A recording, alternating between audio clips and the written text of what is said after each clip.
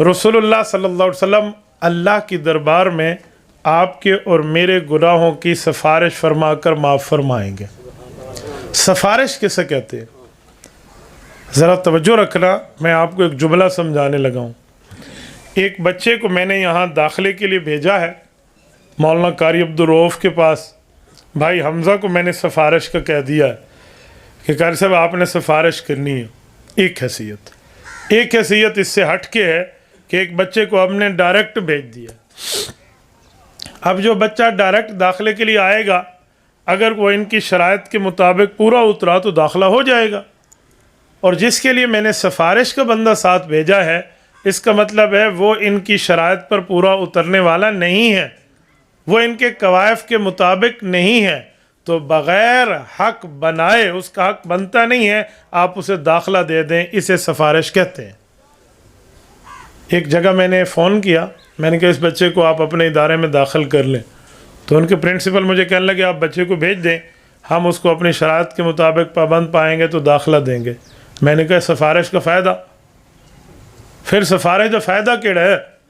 بھئی سفارش تو ہوتی وہاں ہے کہ حق نہ بنے آپ پھر دیں، یہ کنسیشن ہے، مہربانی ہے، وہ تو آپ شرائط کے مطابق ہوتا آپ ویسے ہی لے لیتے، میری سفارش کیوں کرائی ہے؟ اس کا مطلب ہے حق نہیں بنتا آپ پھر بھی دیں۔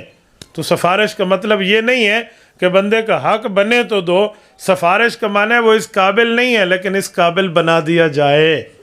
حضور علیہ الصلوۃ والسلام کل قیامت میں ہماری سفارش کریں گے، اس کا مطلب ہے کہ گناہ کر کر کے امت گناہوں میں ڈوبی ہوئی ہوگی، اس کی بخشش کا حق نہیں بنے گا، لیکن آقا نامدار صلی اللہ علیہ وآلہ وسلم کی رحمت للعالمین اس قدر ہوگی کہ انہوں نے اللہ سے سفارش کرا کے اس پر رحمت کروا دینی ہے۔ یہ ہے شافی و محشر۔ رسول اللہ صلی اللہ علیہ وسلم نے سفارش فرمانی ہے۔ وہ سفارش کیسی ہے؟ صحیح مسلم جلد اول میں حضرت ابو ہریرہ، حضرت عبداللہ ابن عباس، حضرت انس رضی اللہ عنہم، ان تینوں کی مشترکہ روایات کا خلاصہ پڑھ رہا ہوں۔ یہ فرماتے ہیں کہ جب کل قیامت کا دن ہوگا اور لوگ نفسا نفسی کے عالم میں ہوں گے، ہر بندہ کہے گا میرا کیا ہوگا، میرا کیا ہوگا، حتیٰ کہ حال یہ ہوگا کہ ہر بندہ اپنی گناہوں کے بقدر پسینے میں ڈوبا ہوا ہوگا۔ پسینے میں جسم یہاں گیلا ہوتا ہے، ڈوبتا نہیں ہے کوئی، جتنے گناہ ہوں گے اس کے بقدر پسینہ ہوگا، کوئی ٹخنوں تک ڈوبا ہوگا، کوئی گھٹنوں تک، کوئی ناف تک، اور کوئی سر تک، اور کوئی سر سے اوپر تک، ہر بندے کے اپنے پسینے کے بقدر حال ہوگا۔ اور یہ عالم ہے کہ زمین ایسی گرم ہے جس زمین کی تپش کے لیے اپنی ماں بھی کل قیامت کا منظر دیکھ کر اپنے دودھ پینے والے بچے کو پھینک دے گی۔ جس ماں نے پیٹ میں بچہ رکھا ہوگا اس پیٹ کے بچے کو وہ اسقاط کرا کے گرا دے گی، اور لوگ پاگلوں کی طرف ایک دوسرے پہ گریں گے، لوگ سمجھیں گے نشہ ہے، وہ نشہ نہیں ہوگا، وہ اللہ کا عذاب ہوگا۔ یہ میں اپنے لفظ نہیں پڑھ رہا، یہ سورۃ حج کی پہلی آیت کا ترجمہ پڑھ رہا ہوں۔ یا ایھا الناس اتقوا ربکم ان زلزلۃ الساعۃ شیء عظیم۔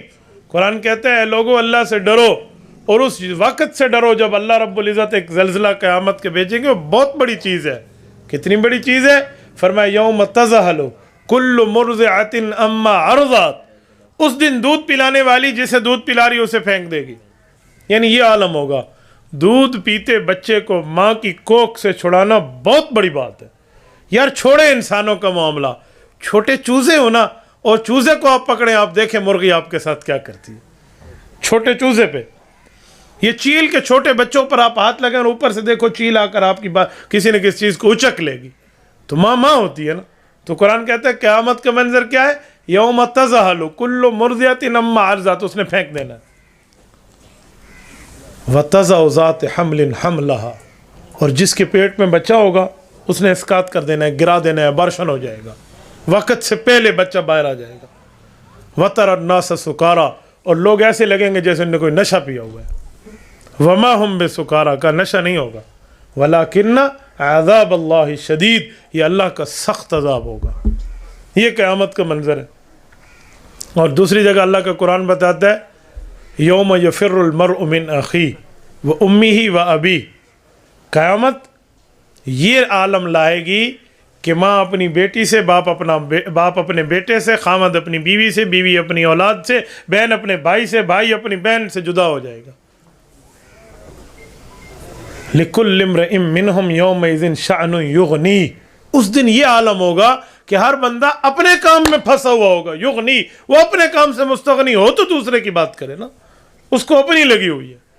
یار میں بھائی سے ملوں گا مجھ سے نیکی نہ مانگ لے، میں ابو سے ملوں گا مجھ سے نیکی نہ مانگ لے، میں بیٹے سے ملوں گی مجھ سے نیکی نہ مانگ لے، اور میں بہن بھائی ہو خاوند بھی، یہ ایک دوسرے سے ملنا ہی اپنے اپنا معاملہ ہوگا. اچھا یہ عالم ہوگا، اور ہر بندہ نفسی نفسی کہہ رہا ہے.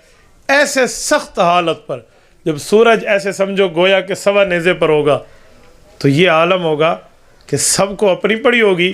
اور ہمارے پاک پیغمبر فرما رہے ہوں گے یا رب امتی امتی، اے اللہ میری امت پر رحمت فرما دے، اے اللہ میری امت پر کرم فرما دے، اے اللہ میری امت کے اوپر بخشش کے دریا بہا دے. یہ وقت ہوگا، اسے کہتے ہیں شافی محشر. قیامت پہ رسول اللہ صلی اللہ علیہ وسلم نے سفارش جو فرمانی ہے وہ یوں فرمانی ہے.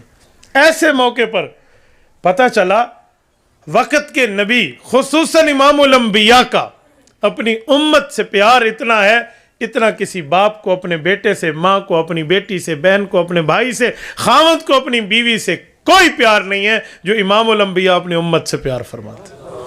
کیوں؟ اگر ان کو پیار ہوتا نا، ان کو قدر ہوتی، میں اتھے تے بابا جی دی جتی چکن واسطے تیار ہوں. دنیا میں تو میں بابا جی کی عزت کرتا ہوں، اور وہاں بابا جی سے میں نے منہ پھیر لینا ہے، اور وہاں بیویوں سے منہ پھیر گیا جن کے لیے لوگ حرام کماتے ہیں، وہاں اپنی اولاد سے منہ پھیر دیا جن کے لیے حرام سے پیٹ پالنے پر دنیا لگی ہوئی ہے، تو قیامت میں ان سے منہ پھیر جائے گا. یہ کون سے پیار ہیں؟ یہ کون سی محبتیں ہیں؟ یہ کون سی مودتیں اور مسرتیں ہیں جن کی وجہ سے بندہ غلط کام کرتا پھرے؟